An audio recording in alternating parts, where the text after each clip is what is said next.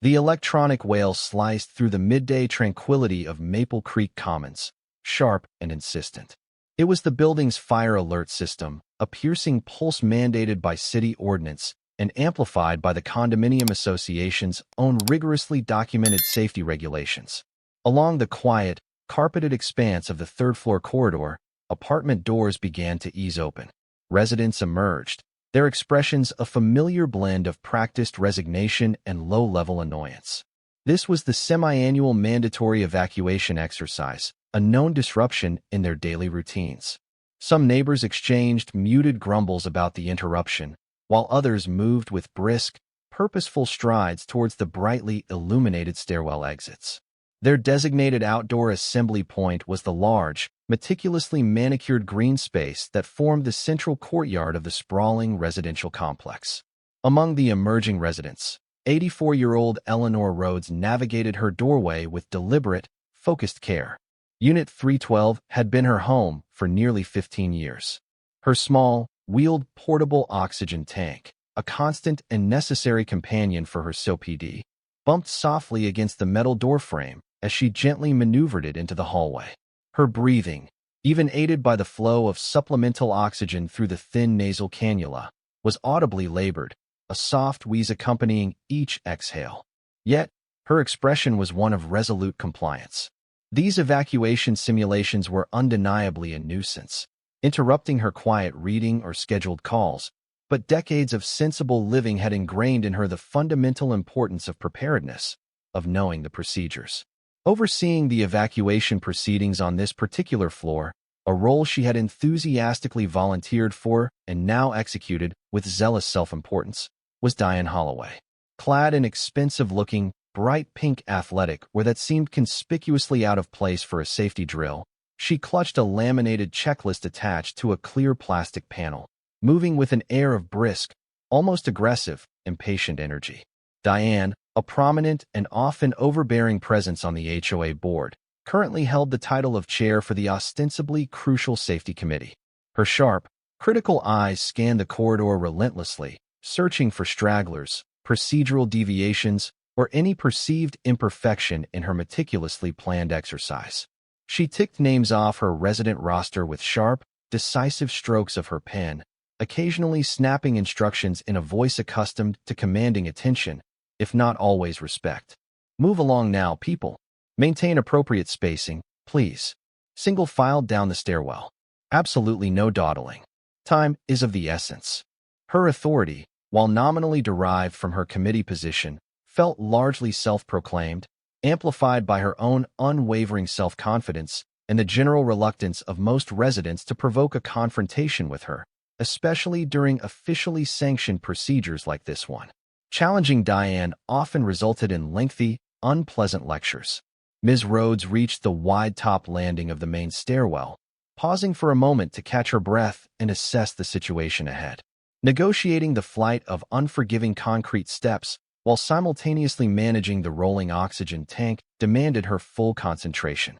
It required the secure grip of both her hands on the smooth, cool metal railing, one to maintain balance, the other to provide leverage. This necessary posture left no hands free to easily lift the small, but undeniably awkward tank down each individual step without risking a loss of balance. She spotted Diane standing near the stairwell entrance, directing the flow of descending residents with sharp, impatient hand gestures, her expression already tight with perceived stress.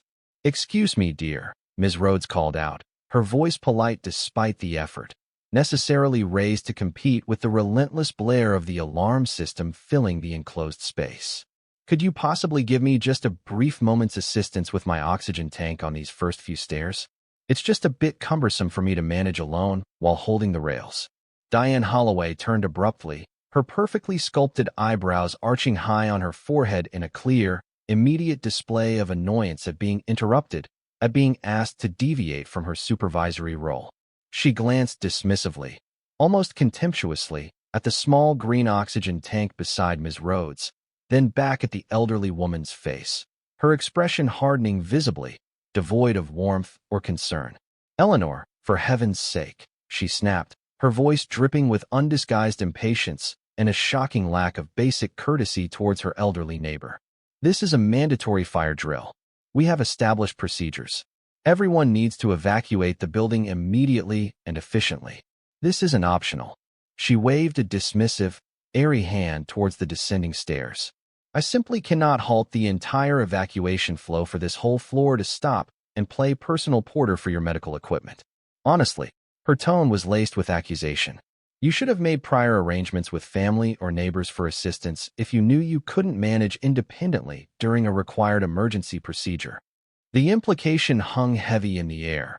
Ms. Rhodes's physical limitation was somehow a deliberate inconvenience, a calculated disruption to Diane's perfectly orchestrated drill.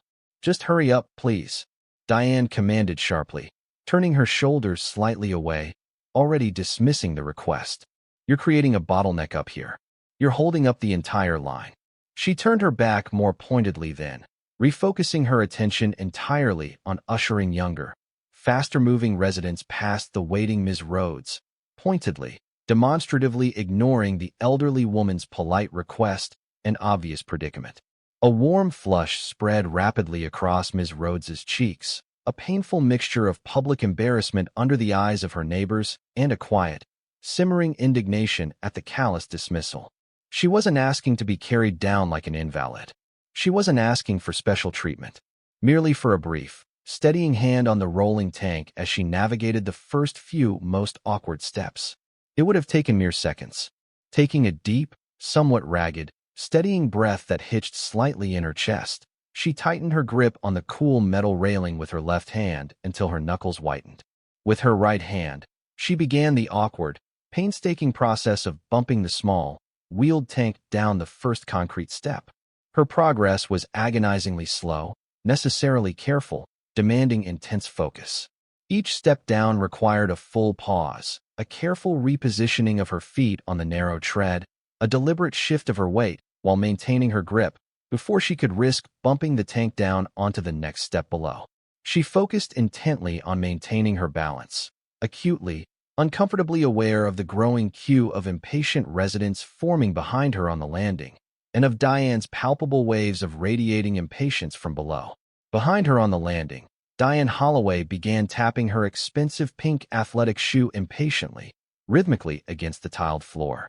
Her arms were crossed tightly over her chest, her expression one of open, profound irritation as she watched Ms. Rhodes's slow, laborious descent.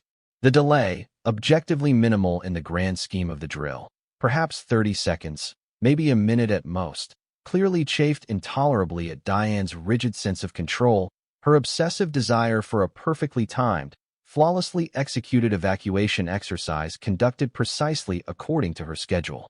Other residents were now indeed backing up slightly on the landing, shuffling their feet, murmuring amongst themselves. Some cast sympathetic, helpless glances towards Eleanor. Others simply looked frustrated by the unexpected hold-up. With a loud, theatrical, exasperated sigh, deliberately audible enough for several people nearby to hear clearly over the alarm's constant wail, Diane apparently decided she couldn't tolerate this minor delay any longer. Waiting patiently, demonstrating even a modicum of understanding or compassion, was clearly not within her repertoire of behaviors. Offering assistance herself was apparently unthinkable, beneath her station as drill supervisor. Instead, she made an abrupt decision. She pushed forward aggressively from her position below, intending to squeeze past Ms. Rhodes on the already narrow stairwell landing between flights. "Move aside, Eleanor. Just let people pass," she commanded sharply, her voice overriding the alarm's shriek with its own strident urgency. In her aggressive haste, driven purely by unchecked impatience and a callous, stunning disregard for the frail, elderly woman struggling precariously on the steps directly in her path, Diane either grossly misjudged the available space or, more likely, simply didn't care about the potential consequences of her forceful action. Her hip, or perhaps her outstretched leg as she pushed past with momentum, forcefully bumped against Ms. Rhodes's side. The unexpected, jarring physical impact, combined with Ms. Rhodes's already precarious balance maintained solely through her grip on the railing and her focus on the tank, proved instantly, horrifyingly disastrous. Ms. Rhodes cried out, a sharp gasp of surprise merging with pain, her frail left hand spasming, losing its vital, load-bearing grip on the smooth metal railing. Her feet tangled beneath her, perhaps caught by the thin, almost invisible green oxygen tubing trailing from the tank, perhaps momentarily ensnared by Diane's passing leg as she shoved by. It happened too fast, too suddenly, for witnesses looking down from above to be absolutely certain of the precise, catastrophic mechanism of the fall. All they knew, all they saw with sickening clarity, was that Diane's impatient, forceful action directly, undeniably precipitated the event. Ms. Rhodes tumbled forward uncontrollably down the stairs, unable to regain her balance, unable to break her fall. She pitched forward, falling the remaining few steps of the short flight leading down to the next landing below. She landed in a crumpled, awkwardly twisted, unnatural heap at the bottom, the impact resonating with a sickening, heavy thud against the concrete that seemed to momentarily silence even the piercing electronic alarm for those standing closest, frozen in shock. A sharp, agonizing cry escaped her lips, instantly replaced by ragged, involuntary, pain-filled moans that tore at the hearts of those who heard them. Her small, wheeled oxygen tank clattered loudly beside her, rolling a few feet across the landing before coming to rest with a final metallic clang against the painted cinder block wall.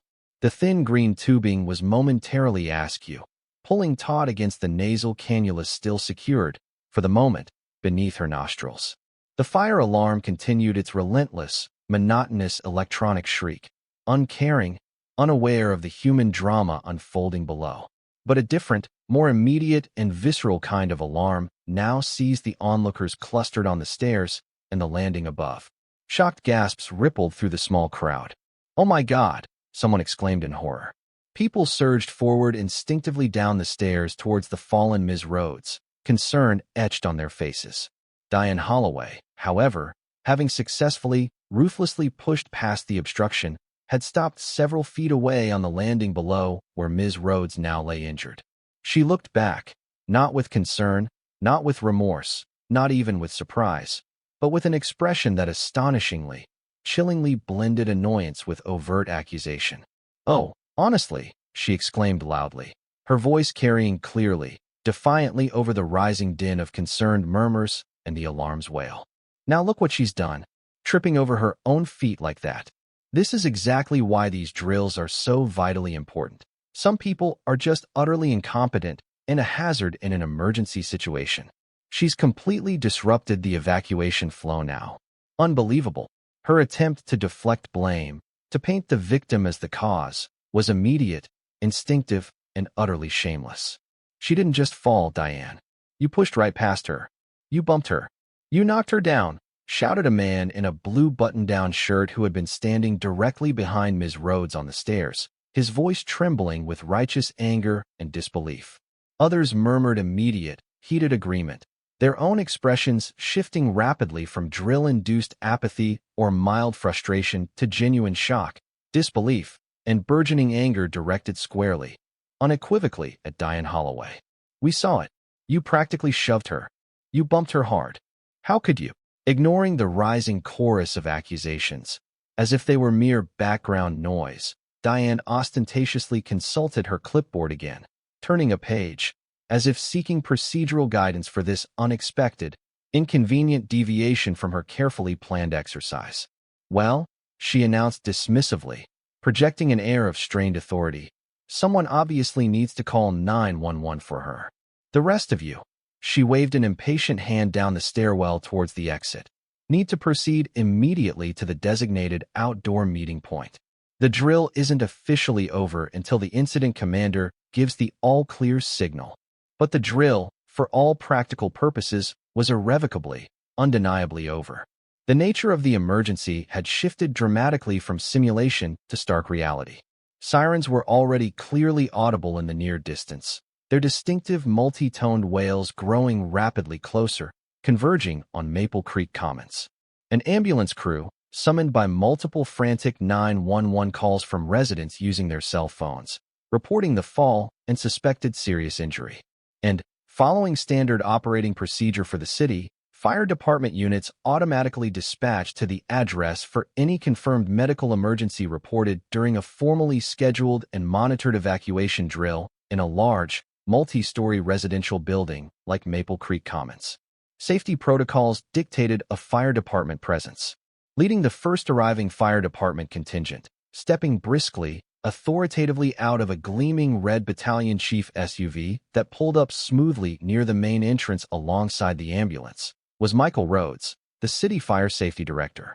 Director Rhodes, as part of his comprehensive oversight duties, made a point of personally observing evacuation drills in larger, high-occupancy residential complexes like Maple Creek Commons whenever his demanding schedule permitted.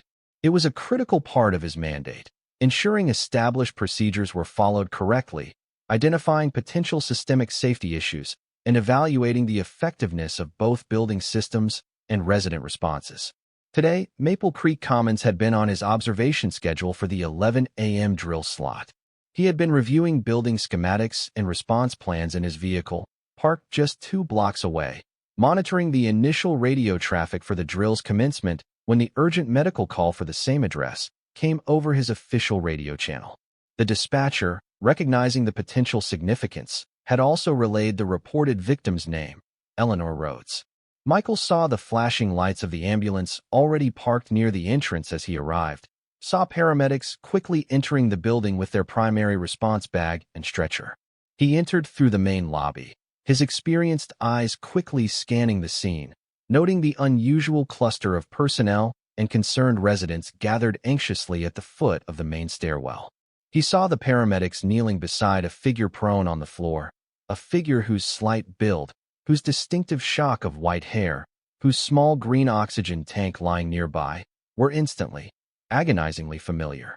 His mother, his professional composure, the calm demeanor honed over years of responding to countless emergencies, momentarily fractured, crumbling internally. A sickening wave of nausea churned in his stomach, followed by a cold, paralyzing dread. He strode quickly towards the scene, his official fire safety director insignia clearly visible on his uniform jacket, automatically parting the small crowd of onlookers. He knelt carefully beside Eleanor, his gloved hand gently touching her shoulder. Her face was pale, chalky white beneath the fluorescent lights, her features contorted in obvious, intense pain. "Mom? It's Michael. What happened? Are you okay?" The question felt utterly absurd, painfully inadequate the moment it left his lips. "Michael," she gasped, her voice thin, reedy, strained with pain and shock, tears welling instantly in her pain-filled eyes. "My hip. Oh, Michael, I think it's broken." She paused, catching a ragged breath. "That woman, the one from the board. Holloway." Her voice trembled with a mixture of pain and remembered indignation. "She wouldn't help me with the tank. She just pushed past, so fast." Her words dissolved into another soft, pained moan as the paramedics continued their gentle but efficient assessment. The lead paramedic, recognizing Director Rhodes, looked up, his expression grim, confirming Michael's worst fears instantly. "Director Rhodes, looks like a possible fractured hip, sir. Significant pain on palpation, obvious external rotation, possible shortening. We need to immobilize and transport immediately to the trauma center."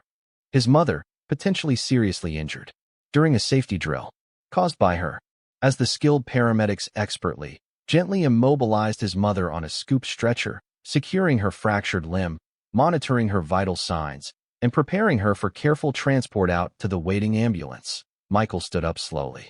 His face was a grim, unreadable mask, but inside, a storm of anger, fear, and fierce protectiveness raged. His eyes scanned the scene again, taking in the concerned, frightened faces of his mother's neighbors, the professional presence of the fire crews standing by, and Diane Holloway. She was now standing slightly apart from the main group, engaged in an animated, defensive argument with the man in the blue shirt who had witnessed the fall, gesturing emphatically towards the stairs, clearly still deflecting blame. He recognized her instantly and viscerally from past contentious HOA meetings regarding fire code compliance issues, and from his mother's occasional, frustrated descriptions of her officious, dismissive behavior. He took a deep, deliberately steadying breath, consciously forcing the raw personal anguish down, allowing the cool, detached professionalism of the city fire safety director to take complete charge. He approached the senior fire captain who had arrived with the first engine company and was now coordinating the initial response. "Captain," Michael stated, his voice low, calm, but carrying the unmistakable weight of ultimate authority on this scene. "I'm Michael Rhodes, City Fire Safety Director. This evacuation drill is terminated, effective immediately." He gestured towards the stairwell. "Establish an incident zone around this immediate area. Secure the scene for investigation. Your primary operational focus now shifts to assisting EMS with safe patient extrication and transport. Get her out smoothly." He paused, his gaze shifting towards Diane Holloway. "I need County PD here now to handle a potential felony assault investigation." He pointed unequivocally towards Diane. Multiple credible witnesses state that woman, Diane Holloway, who identifies herself as the HOA Safety Committee Chair, directly caused this serious injury through either gross criminal negligence or deliberate physical action during a mandatory, supervised safety drill. Ensure responding patrol officers understand the context and obtain detailed, separate statements from everyone who directly witnessed the interaction on the stairs. The seasoned fire captain, recognizing the gravity of the situation and the director's direct order, nodded curtly. "Yes, sir. Understood. Right away. I'll have dispatch expedite police response immediately and advise them fully of the circumstances and your directive." As his mother was carefully carried out on the stretcher towards the waiting ambulance, her pained face etched indelibly into his mind, Michael's thoughts raced furiously beyond the immediate, horrific assault. An elderly woman with known, visible mobility issues, reliant on portable oxygen, denied a simple request for brief assistance, and then seriously injured during a mandatory safety drill, potentially by the very individual supposedly overseeing safety procedures on that floor. It reeked of appalling negligence, incompetence, and a shocking lack of basic human decency, at the very least. But his gut instinct, honed by years of investigating the root causes of fires and safety system failures, told him there might be something more systemic, more insidious at play here. Diane Holloway's blatant disregard for his mother's obvious vulnerability, her immediate, aggressive deflection of personal responsibility, her prioritizing the arbitrary timing of the drill over the fundamental safety of a participating resident. It spoke volumes about a deeper carelessness, a fundamental lack of respect for, or perhaps understanding of, the very safety protocols she didn't find personally convenient or important. What other crucial safety corners might someone with that dangerously arrogant mindset be cutting, especially someone wielding perceived authority within the community? Could this single incident be symptomatic of a larger pattern of neglect? He made a critical, decisive decision, right then and there, acting on both professional obligation and personal outrage. "Captain," he said, turning back decisively to the fire officers supervising the crews who were now beginning to reset their equipment. "I want an immediate, unscheduled, comprehensive Level 2 fire safety inspection conducted on this entire complex. Effective now." The captain blinked, clearly surprised by the unusual scope and immediate timing of the order, especially layered onto an active medical emergency scene. "Sir? A full complex inspection? Right now? With everything else going on?" "Now," Michael repeated firmly, his voice leaving absolutely no room for debate or delay. "This incident," he gestured back towards the stairwell where his mother had fallen, "raises profound, serious questions about the overall culture of safety, compliance, and responsible oversight within this building and its management structure. Let's see what a thorough, top-to-bottom, unannounced inspection reveals." He met the captain's questioning gaze steadily. "Start with this wing. Prioritize all common areas, hallways, electrical rooms, and storage closets. Inspect Holloway's unit specifically, if feasible and legally permissible once PD arrives. And conduct a random, statistically significant sampling of occupied residential units on every single floor. I want a full compliance check. Operational status and expiry dates of all alarms and detectors, extinguisher placement, pressure, and certification tags, verification of clear, unobstructed egress paths and exit signage, sprinkler system pressure checks, and visual inspection, emergency lighting functionality tests. Everything. every mandated item in the city fire code for a building of this class. His jaw tightened. I want your inspectors crawling over this place. Document everything meticulously. Photos, logs, witness statements from residents, if applicable. Additional fire inspection units, diverted from routine duties elsewhere in the city, began arriving at Maple Creek Commons within the hour, fully briefed by the captain on the situation's urgency and the director's explicit orders. They commenced their work methodically, moving through the building in teams, armed with detailed checklists, specialized testing equipment, building schematics, and the full legal authority of the City Fire Safety Director's office. Initial reports hinted at minor, common issues: a few expired fire extinguishers, a partially blocked hallway near a utility closet. However, the first significant, deeply troubling red flag emerged, perhaps predictably, from the inspection team assigned to Diane Holloway's own apartment on the third floor. Access was gained after police secured a warrant based on the potential link between her attitude towards safety and the incident.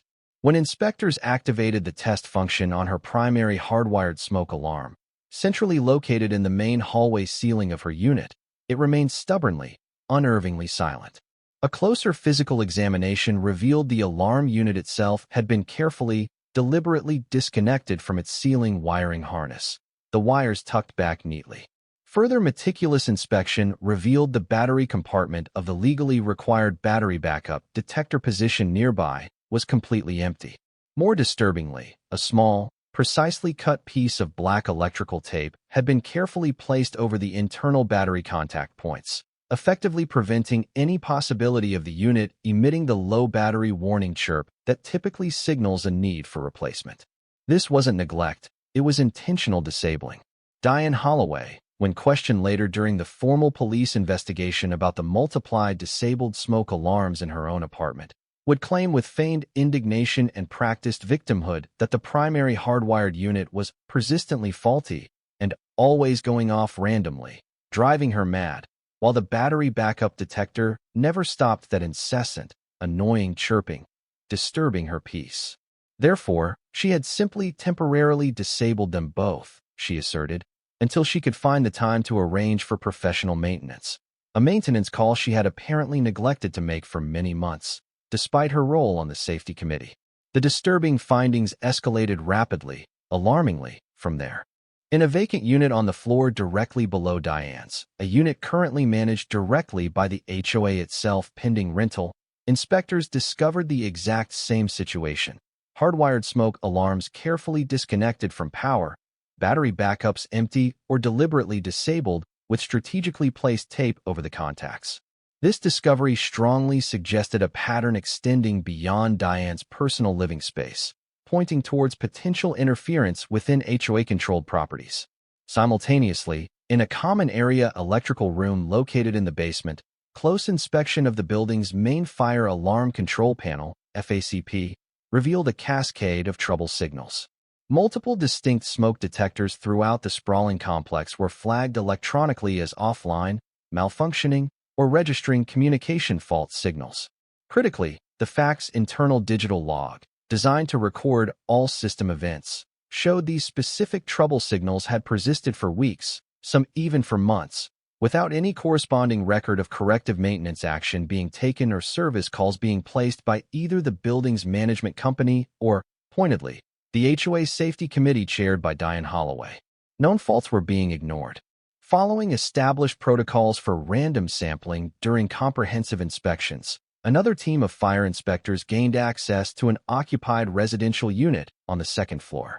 The resident, an elderly man who appeared visibly nervous and confused by the sudden, unannounced inspection, reluctantly admitted after gentle, reassuring questioning that Diane Holloway herself had personally assisted him in disabling his primary hallway smoke alarm several months prior. She said it was just too sensitive, the resident explained sheepishly, nervously twisting his hands, avoiding direct eye contact with the uniformed inspectors. It went off sometimes when I just made toast in the kitchen nearby. Diane told me she was the head of the safety committee. She knew best about these things, and she confidently assured me the main building's sprinkler system would protect us anyway if there was ever a real fire. He lowered his voice slightly. She really didn't like the annoying chirping sounds those low battery warnings made. She said they disturbed the peace and quiet of the building, and too many false alarms made people complacent. Similar troubling stories began to emerge from other residential units included in the random sample across different floors. A clear, undeniable pattern of deliberate, systematic disabling of individual smoke detectors, often instigated, encouraged, or directly assisted by Diane Holloway herself under the guise of her safety expertise and authority, became chillingly, horrifyingly apparent to the inspection teams. The detailed, damning inspection reports flowed back steadily throughout the late afternoon and early evening to Michael Rhodes, who stood grimly observing the complex-wide operations progress from a temporary command post established in the now-quiet building lobby. Each new report delivered by a somber-faced inspector, detailing yet another disabled alarm, another unaddressed system fault logged on the main panel, or another resident confirming Diane's direct interference and dangerously flawed advice, felt like another heavy hammer blow, confirming his worst fears. This wasn't just one impulsive, potentially negligent act of aggression against his injured mother born from impatience. Diane Holloway, the designated head of the HOA Safety Committee, the very person entrusted with upholding and overseeing the building's life safety systems, driven apparently by a profound, selfish intolerance for minor operational annoyances like low battery warning chirps, and perhaps fueled by a staggering, dangerous arrogance in her own judgment over established, mandatory safety codes, had systematically, consciously, repeatedly compromised the fundamental fire protection system for potentially dozens, if not hundreds, of unsuspecting residents within Maple Creek Commons. She had, through her own deliberate actions and grossly negligent oversight of reported system faults, effectively, knowingly created a potential tinderbox waiting for an errant spark, deliberately disabling the crucial early warning systems designed specifically to save lives in the event of a fire. Michael immediately contacted the lead police detective assigned to investigate his mother's injury, relaying the fire inspector's alarming, extensively documented findings regarding the widespread safety violations. He also placed a direct, urgent call to the city attorney's office, outlining the gravity of the situation and the clear potential for widespread endangerment charges against Holloway, supported by overwhelming physical evidence and witness testimony. The legal landscape surrounding Diane Holloway shifted seismically, dramatically, and dangerously for her. She wasn't just facing potential civil liability and serious criminal charges related to causing his mother's significant injury through negligence or assault. She was now facing multiple, far more severe felony charges of reckless endangerment on a massive, almost unprecedented scale for a residential building in the city. Knowingly tampering with mandated fire safety equipment was a serious felony offense in its own right. Doing so systematically in multiple occupied dwellings, particularly while holding a designated position of trust and responsibility specifically related to community safety, multiplied the legal severity exponentially. The subsequent, highly publicized police investigation and eventual criminal trial laid bare the staggering depth of Diane Holloway's arrogance, her profound negligence, and her deliberate, systematic disregard for established, critical safety protocols over an extended period. Witness after witness from the stairwell incident recounted, with anger and clarity, her dismissive attitude towards Ms. Rhodes's polite request for assistance and her direct, causal role in the ensuing fall and injury. Fire inspectors meticulously detailed their extensive findings, presenting irrefutable physical evidence. Disconnected wires, taped sensors, ignored panel warnings of widespread, deliberate tampering with essential life safety devices throughout the complex. Residents whose alarms she had helped disable or advised disabling testified reluctantly but truthfully, confirming her motivation often stemmed simply from her expressed desire to avoid the annoying chirps of low battery warnings or the occasional false alarm triggered by cooking fumes during routine system tests. Michael Rhodes, testifying in his official capacity as City Fire Safety Director, provided compelling, crucial expert testimony. He clearly explained the critical importance of interconnected smoke alarms in multi-unit residential dwellings, detailing how disabling even a seemingly small number of individual detectors could catastrophically delay occupant notification and allow a fire to spread unchecked, potentially endangering entire sections of a building and hindering evacuation efforts. He outlined the specific sections of the city and state fire codes and nationally recognized standards that Diane Holloway, especially in her role as Safety Committee Chair, was legally obligated to know, uphold, and enforce. Diane's defense strategy, attempting pathetically to portray her actions as misguided, but fundamentally well-intentioned efforts to address supposedly overly sensitive or faulty alarms, arguing that she didn't fully understand the complex technical risks involved, and steadfastly maintaining the fall was a pure, unfortunate accident unrelated to her actions, collapsed utterly under the mountain of contradictory physical evidence, consistent witness testimony, and her own documented leadership role on the safety committee. That role explicitly required her to understand and vigorously enforce the very life safety systems she had systematically, knowingly undermined for her own convenience. The jury, after hearing all the evidence and testimony over several days, deliberated for less than a full day before returning unanimous guilty verdicts on all major charges. These included the felony assault causing great bodily injury to Eleanor Rhodes, enhanced due to the victim's age and vulnerability, and multiple felony counts of reckless endangerment stemming from the widespread, systematic disabling of fire alarms and negligent oversight of the building's safety systems. At the sentencing hearing several weeks later, the presiding judge delivered a blistering, scathing condemnation from the bench, her voice filled with cold, controlled anger as she addressed the defendant directly. Ms. Holloway, your volunteer position on the Maple Creek Commons Homeowners Association Board, particularly your chosen, self-promoted role as chair of the safety committee, vested you with a profound responsibility, a sacred trust placed in you by your neighbors. It was a trust you utterly, spectacularly, and selfishly betrayed, the judge stated, fixing Diane with an unwavering, stern stare that commanded the courtroom silence.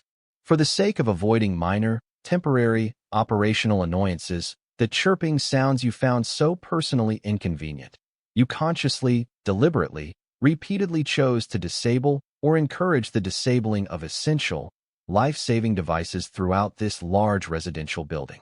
In doing so, you knowingly, recklessly placed every man, woman, and child residing in this sizable complex at grave, potentially lethal risk, day after day, week after week. The judge paused, allowing the weight of her words to sink in, her gaze sweeping briefly over the courtroom, acknowledging Michael Rhodes and other residents present. The fact that your callous disregard for the safety and well-being of others also led directly, foreseeably to the severe, debilitating physical injury of an elderly resident, Ms. Eleanor Rhodes, during a safety drill you yourself were supervising, only serves to underscore your profound lack of basic empathy, your shocking failure of judgment, and your dangerous, unchecked arrogance. You demonstrably valued your personal convenience and your desire for quiet over the fundamental safety, security, and potentially the very lives of your neighbors. Diane Holloway was sentenced to a significant state prison term, the length carefully calculated by the judge to reflect the combined severity of the violent assault causing great bodily injury to Ms. Rhodes and the widespread, calculated, potentially catastrophic endangerment her subsequent actions and inactions represented. Heavy fines and restitution orders were also imposed by the court. Subsequent civil lawsuits filed inevitably by the newly restructured Maple Creek Commons HOA, under entirely new, responsible leadership, and potentially other individual residents whose safety had been demonstrably compromised for months, led predictably to the seizure and eventual liquidation of her significant assets, including her condominium unit within the complex, leaving her financially ruined upon her eventual release from incarceration. Maple Creek Commons, under intense scrutiny from the city and its own traumatized residents, underwent a rigorous, expensive, and necessary top-to-bottom overhaul of its fire safety procedures, alarm systems, maintenance contracts, and resident communication protocols. This entire process was conducted under the strict supervision, guidance, and final approval of the City Fire Safety Director's Office, led by Michael Rhodes, who maintained professional detachment despite the personal connection. Mandatory resident education sessions focusing on fire safety awareness, proper alarm maintenance, understanding system signals, and clear emergency procedures were held quarterly for the first year, fostering a renewed sense of shared responsibility. A completely new HOA board was elected by residents in a special election, with members prioritizing transparency, fiscal responsibility, resident input, and genuine, verifiable safety improvements over cosmetic appearances or budgetary shortcuts. Ms. Eleanor Rhodes, after successful hip replacement surgery and a subsequent lengthy, arduous period of physical rehabilitation requiring immense personal determination and resilience, eventually, triumphantly returned to her familiar apartment at Maple Creek Commons several months later. Her recovery was significantly aided, emotionally and practically, by the outpouring of genuine support, assistance, and friendship from a newly vigilant and supportive community network. Many residents, shaken by the incident, now made a conscious effort to check on their elderly or disabled neighbors, fostering a stronger, more caring environment. Months later, standing near her living room window, leaning only lightly now on her sleek four-wheeled walker, Eleanor watched as maintenance crews conducted a routine, announced test of the complex's newly installed, state-of-the-art fire alarm system. As the familiar, piercing electronic wail filled the air once again, she flinched almost imperceptibly, a fleeting shadow of remembered fear crossing her face, a lingering echo of the trauma endured on the stairwell. But then, she took a slow, deliberate, steadying breath, straightened her shoulders proudly, and looked out at the familiar courtyard below, bathed in afternoon sun. A small, quiet, resilient smile touched her lips. The blaring alarms, once just an annoying disruption, now served as a constant, sobering reminder, not primarily of fear, but of the vital importance of interconnected life safety systems, the precious fragility of security, and the potentially devastating, far-reaching consequences when those critical systems are willfully ignored or deliberately undermined by individual arrogance, negligence, and misplaced priorities. Later that week, she confidently pressed the test button on her own new apartment smoke detector, listening intently to the loud, clear signal, nodding once in satisfaction. Diane Holloway, residing in the stark reality of a state correctional facility, became a stark, cautionary tale whispered among HOA boards and property managers across the city. A potent, lasting example of unchecked arrogance, profound negligence, and the high, irreversible price paid for prioritizing personal convenience over collective well-being and fundamental human decency.